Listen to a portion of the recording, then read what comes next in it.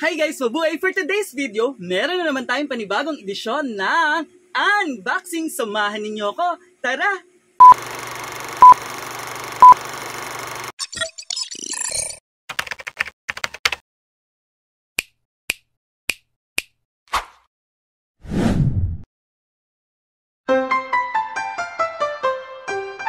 Ayun guys, so meron nga tayong i-unbox today. Ayan. So ito yung emergency or go bag na pinamigay ni Yorme nung 2020. Ayan. So Yorme, baka naman may latest tayo dyan.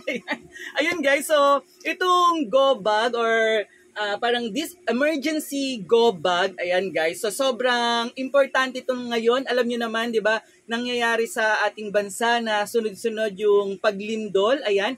So from Cebu na may 6.9 magnitude, tapos nagkaroon sa Davao ng 7.4 magnitude, and then yung recently sa Zambales na mayroong 5.1 magnitude. Ayan, syempre, ayan yung ating matagal nang pinaghahandaan ang the big one na inaasahang may 7.9 magnitude. Nako, na huwag naman sanang mangyari. Ayan, kaya nung 2020, ayan, namigay si Yorme, ayan, sa Maynila, ayan, sa mga Manileño ng go bag, emergency go bag, guys. So, ano nga ba yung laman ng emergency go bag?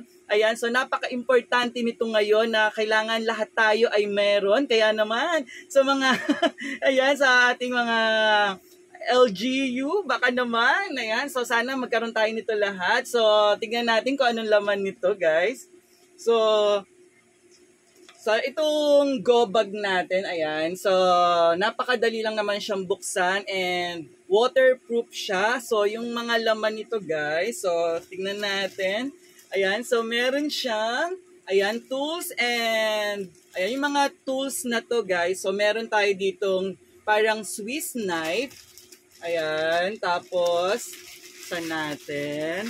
So, ito siya, guys. So, yung multifunction knife, ayan siya, guys. So, parang Swiss knife lang siya. And then, meron tayo dito pang emergency, ayan, charger, guys. So, hindi pa nakabukas yan, guys, ha. Hindi ko pa siya binuksan kasi thankful tayo na hindi natin siya nagamit. Ayan, so, di ba? Wala tayong pinaggamitan na sobrang emergency. Ayan, so, next, meron tayo ditong ID holder. Ayan, so importante ito, syempre. Ayan, so meron tayong pen.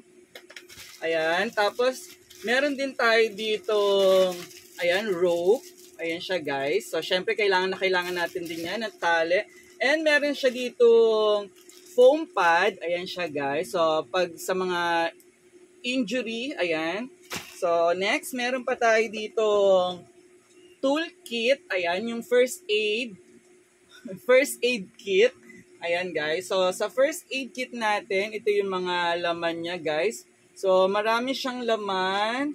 Ayan, meron tayo ditong, ano ba laman ito? Ayan, so meron tayo ditong instant cold compress. Ayan, meron tayong antiseptic wipes.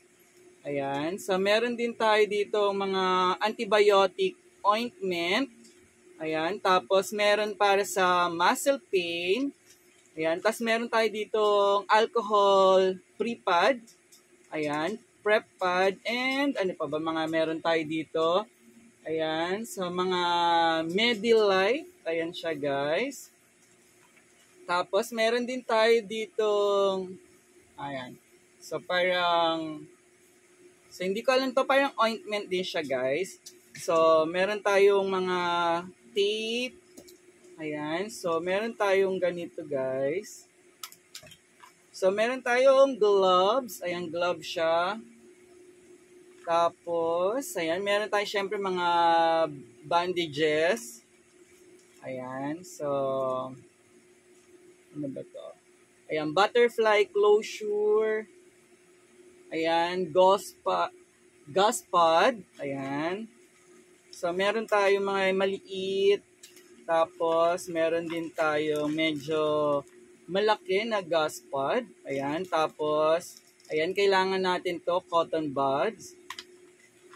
And, ayun lang, guys. So, yun lang yung laman ng first aid kit natin. Ayan, napakarami niyang laman. Tapos, ayan, meron tayo ditong light and communication. Ayan, so meron syempre tayo dito. Importante ito guys sa mga bata, ayan, sa mga estudyante. Ayan, so meron tayo dito. Ayan, so yung flashlight, ayan siya guys. So, Kank flashlight siya. Ayan, so napansin niyo may ilaw, ayan. So, importante to guys, syempre yung flashlight. Tapos, meron tayo dito bright stick. Ayan siya guys. Meron tayong bright stick. So, yung paggabi, di ba, pwede natin siyang, pag madilim, ayan, pwede natin siyang gamitin para lumiwanag. Ayan. So, tatlo siya. 3 piraso yung ating, ayan, bright stick. Tapos, bukod doon, meron tayong importante to guys. Ito, pinabili ko yung mga estudyante ko nito. Ayan, yung mga parents, nag-provide sila para sa section ko. Ang whistle, ayan, napaka-importante nito guys. Kasi ito yung communication natin para matuntun kung nasaan tayo. Even sa pag umaakit kami ng bundok, meron kaming whistle, ayan, para pag sa communication, kumbaga syempre kahit malayo maririnig, alam nila kung saan kanila pwedeng mapuntahan or matagpuan. And then ito nakakatuwa, meron tayo dito emergency crank radio. Ayan, so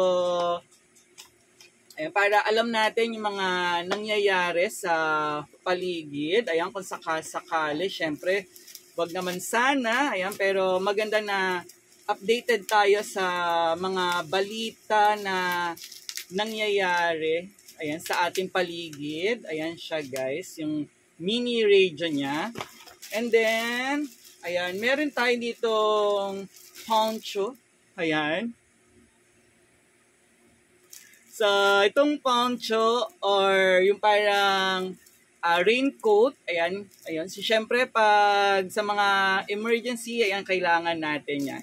And then, after nitong ating mga tools, emergency kit, ayan, meron pa tayo ditong, ayan, pang protection natin, ayan guys. So, syempre, kapag sa mga evacuation center or kaya nasa isang lugar ka na, ayan, medyo, alam nyo na, yung kailangan natin, safe na safe tayo, ayan. So, meron tayong mga gloves.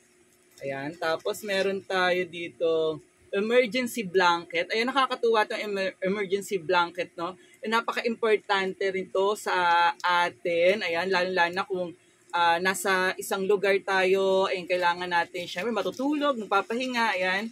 And then, meron din tayo emergency, ayan, saan ba to? Lightweight emergency survival bag. Ayan. Parang sleeping bag to guys. Ayan. So, ayan siya guys. And, meron pa ba? Ayan. So, wala na dito. Ayan. Meron pa dito sa loob. Ayan. So, meron siya guys. Dalawang, ayan. Parang emergency drinking water.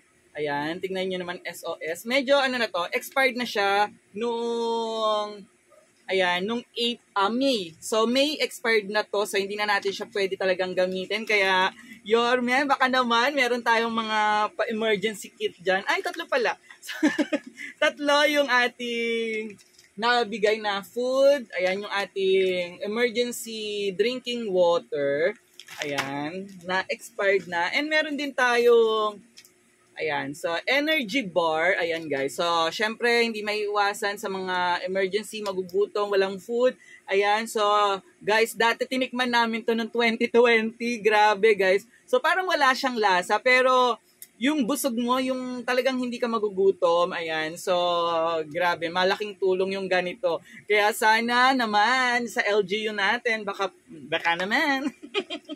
Ayan, so, yun lang guys. So, ayan yung mga laman ng ating emergency go bag. Ayan guys, so sa oras ng sakuna, mga emergency, ayan katulad ng lindol, ayan, importante na maging kalmado tayo, presence of mind. And syempre, kapag may lindol, lagi yung duck cover hold, importante yan. And then, after ng pag-shake or paggalaw ng lupa, ayan, mabilis na kumilos papunta sa mga safe na lugar. Lagi tayo magdarasal, ayan, at maging handa sa anumang panganib na nangyayari sa ating paligid. Ayan, muli maraming salamat sa patuloy na sumusuporta kay Mr. Sus. Hanggang sa muling pagkikita. Bye-bye. I love you all. Ingat.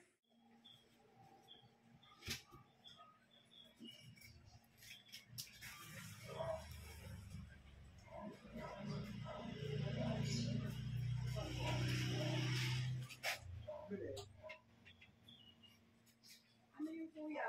Hindi na lang siguro nito, Gcash payment o lang. Gcash bayan. Ay, hindi ako marunong ng Gcash. Wala si ano eh. Ano ko?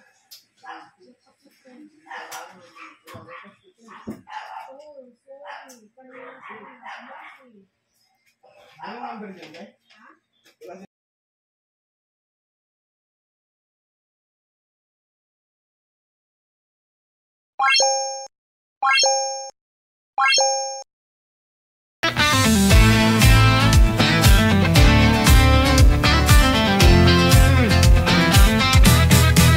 Mula sa kinatahanan ng mga gwapo, sa lungsod ng Maynila nagtatrabaho.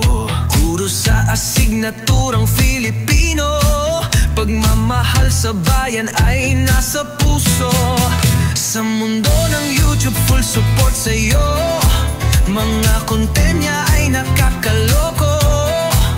Sa iba't ibang lugar ay nagtutungo.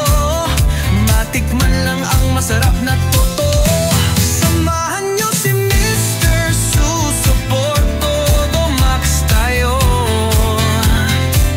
Araw-araw, gabi, halina kayo. Happy, happy buong mundo. Samahan niyo si Mr. Su.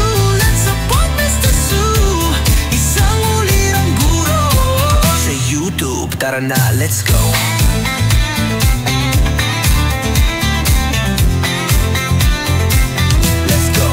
Mula sa unboxing ng mga kung ano-ano, patungo sa mga lugar na magandang view.